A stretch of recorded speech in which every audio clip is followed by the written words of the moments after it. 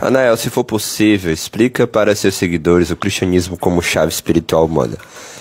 Realmente é necessário que a gente converse um pouco sobre isso. Eu vou tentar ser rápido, tá?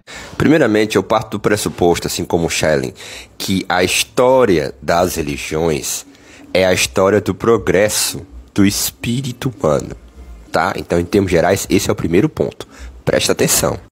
Então, se a história das religiões é a história do progresso do espírito humano, e o problema fundamental do espírito humano é justamente a queda originária, ou seja, o fato de existirmos como criaturas, ou seja, nós estamos separados da totalidade, separados de Deus.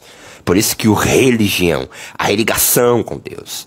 Então, se o problema central é o problema da queda, da finitude, então o aparecimento histórico do cristianismo é a mais profunda resposta do espírito humano a esse problema.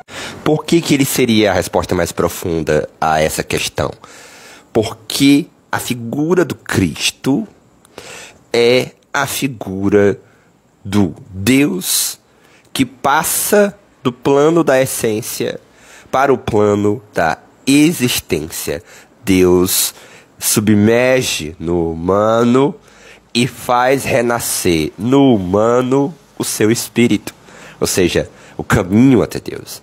Então, a figura do Cristo, tenha ele existido ou não, entende?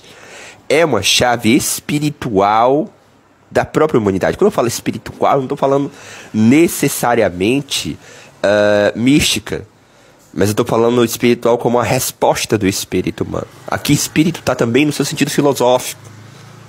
O que é o espírito no sentido filosófico? O espírito, no sentido filosófico, é toda essa autoconsciência e essa questão da finitude, a busca de sentido e a instituição do sentido.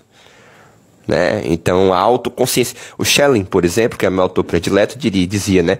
O espírito é o lado invisível da natureza, enquanto a natureza é o espírito visível. E o espírito, a natureza, é invisível. Então, são duas dimensões do próprio absoluto. Como é que eu sei que existe isso? Eu tenho acesso a esse absoluto? Essa ideia do absoluto é condição de possibilidade da própria racionalidade do mundo. Entende?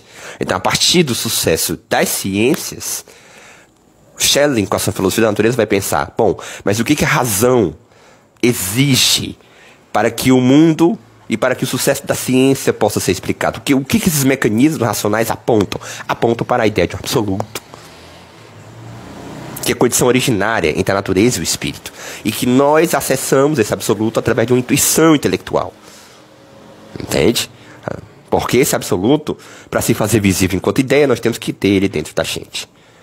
Isso é racional, isso é especulativo, isso é filosófico, isso está lá em Schelling. Entende? E aí o cristianismo seria essa chave espiritual profunda, porque no final da sua fase, lá do Schelling, ele vai perceber que talvez a filosofia ela tenha se perdido muito no racionalismo e ela precisa olhar para a existência, para a história, para as mitologias, para as religiões, para aquilo que já é dado, para o terreno através do qual nós já nos pensamos. Né? Então, por exemplo, lá na filosofia da mitologia, o Schelling vai dizer, a filosofia, né, não vai dizer desse termo, mas ele vai deixar a entender que a filosofia, ela não se contrapõe ao mito, ela é um discurso que se movimenta no terreno originário da mitologia. Entende? Como seu imemorial.